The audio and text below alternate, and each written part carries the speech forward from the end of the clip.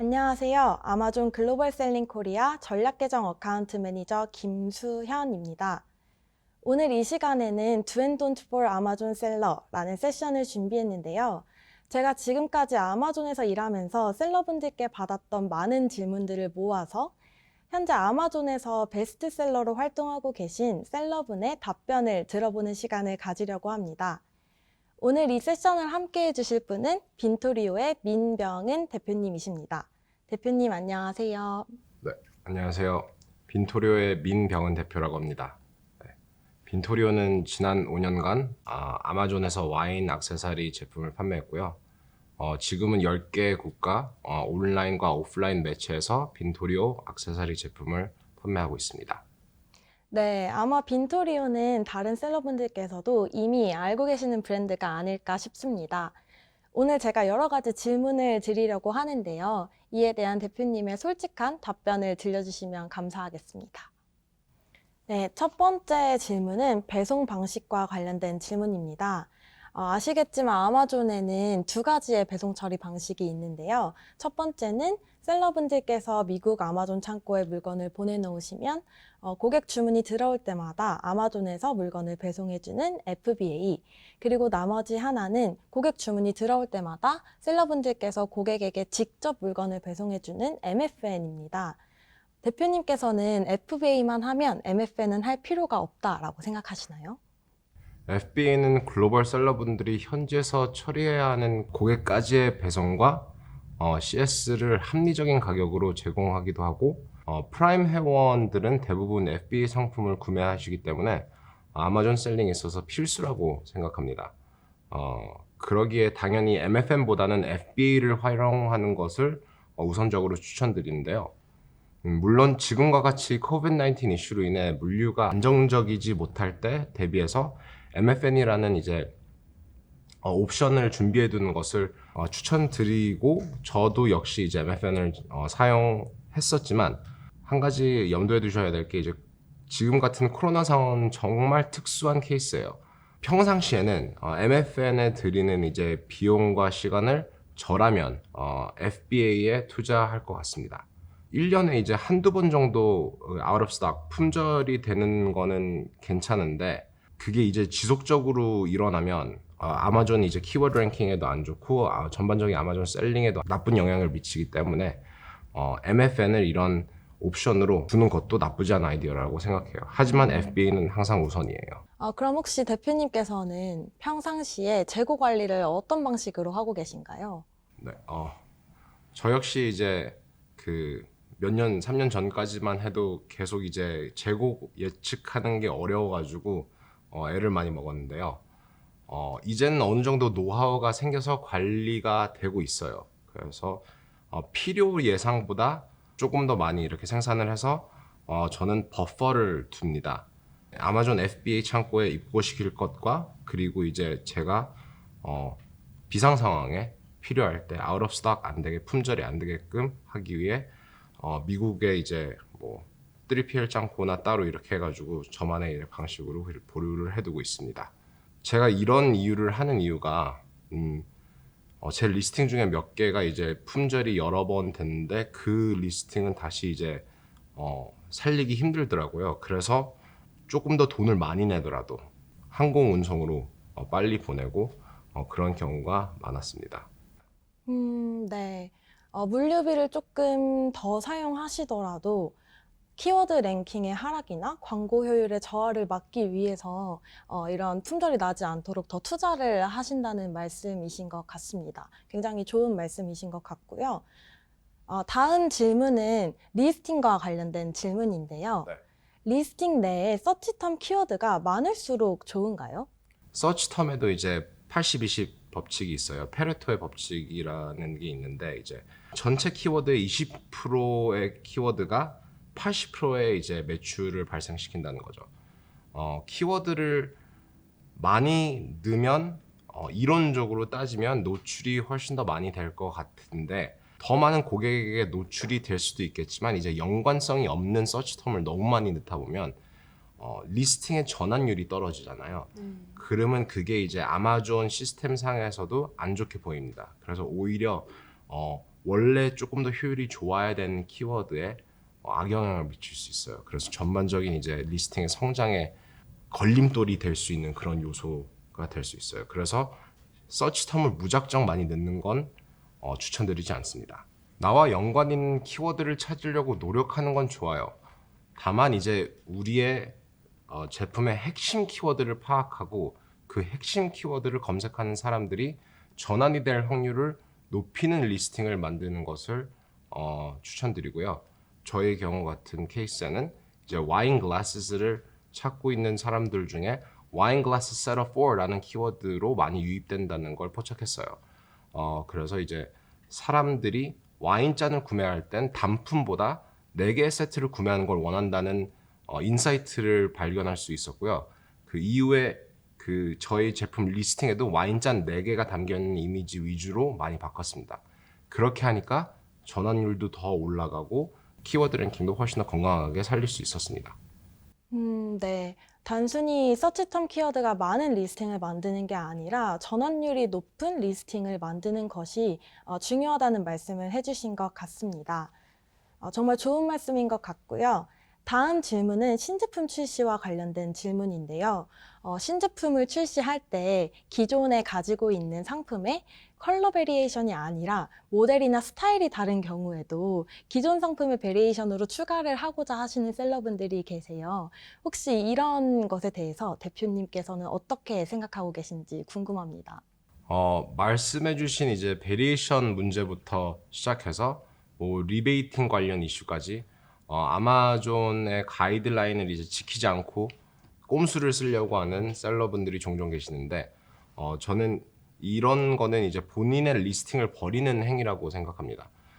더불어 이제 베리에이션 문제 같은 경우 소비자에게도 혼돈을 주는 문제라고 생각해요. 이제 소비자들이 뭐 어떤 제품을 보려고 들어왔는데 베리에이션으로 엉뚱한 제품이 있으면 안 되겠죠. 소비자가 헷갈리는 순간 지갑이 닫히는 겁니다. 그렇기 때문에 이제 다른 상품의 베리에이션을 추가할 때는 컬러 베리에이션, 사이즈 베리에이션 규정에 따라서 하는 것을 추천드립니다. 네, 그럼 혹시 대표님께서는 이런 아마존의 가이드라인에 맞춰서 신제품을 출시하실 때 어떻게 붐업을 시키시나요?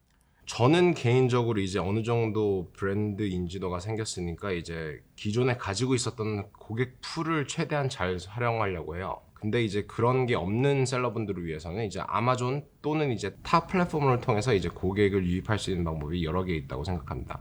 아마존 내에서도 이제 쿠폰 코드나 이제 프로모션 같은 걸 많이 만들 수 있잖아요. 그런 걸 만든 다음에 이제 기타 플랫폼, 인스타그램, 페이스북 그런 플랫폼들을 통해서 디스카운트 같은 것도 뿌리고 그리고 이제 여러 개의 프로모션을 운영하면서 서서히 리스팅을 키우는 거죠.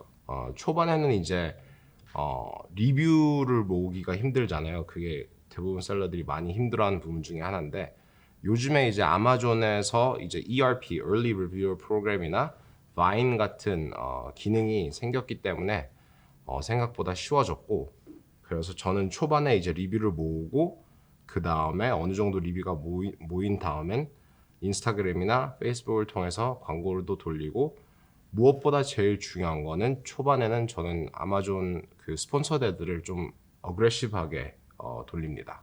그럼 혹시 대표님께서 생각하시는 신제품에 대한 투자는 이 정도까지 한다라는 그런 기간이 있으신가요? 따로 기간은 정해두진 않아요. 처음부터 잘 된 아이템도 있고 뭐 3, 4개월 정도 이렇게 길을 들여야지 좀 잘 되는 리스팅이 있는데 그런 것들은 이제 케이스 바이 케이스로 판단을 해야 되는 것 같아요. 근데 저는 아주 간단하게 말하자면 내가 해볼 수 있는 거 다 해봤다. 더 이상 이게 왜 안 되는지 모르겠다. 그 시점까지는 꼭 리스팅을 살려보려고 노력을 합니다. 앞서서 그 대표님께서 신제품 출시 붐업 관련해서 말씀을 주시면서 아마존 애들을 공격적으로 돌리신다는 말씀을 주셨는데요. 종종 셀러분들 중에서 나는 광고를 안 해도 자연 매출이 잘 나오는 것 같은데 광고를 왜 해야 되는지 모르겠다라고 말씀을 주시는 분들이 계세요. 아마존에서 광고하는 거 낭비라고 생각하시나요? 저는 아마존 셀링을 잘하는 셀러와 못하는 셀러의 가장 큰 차이점 중에 하나가 이제 광고 비용이라고 생각해요.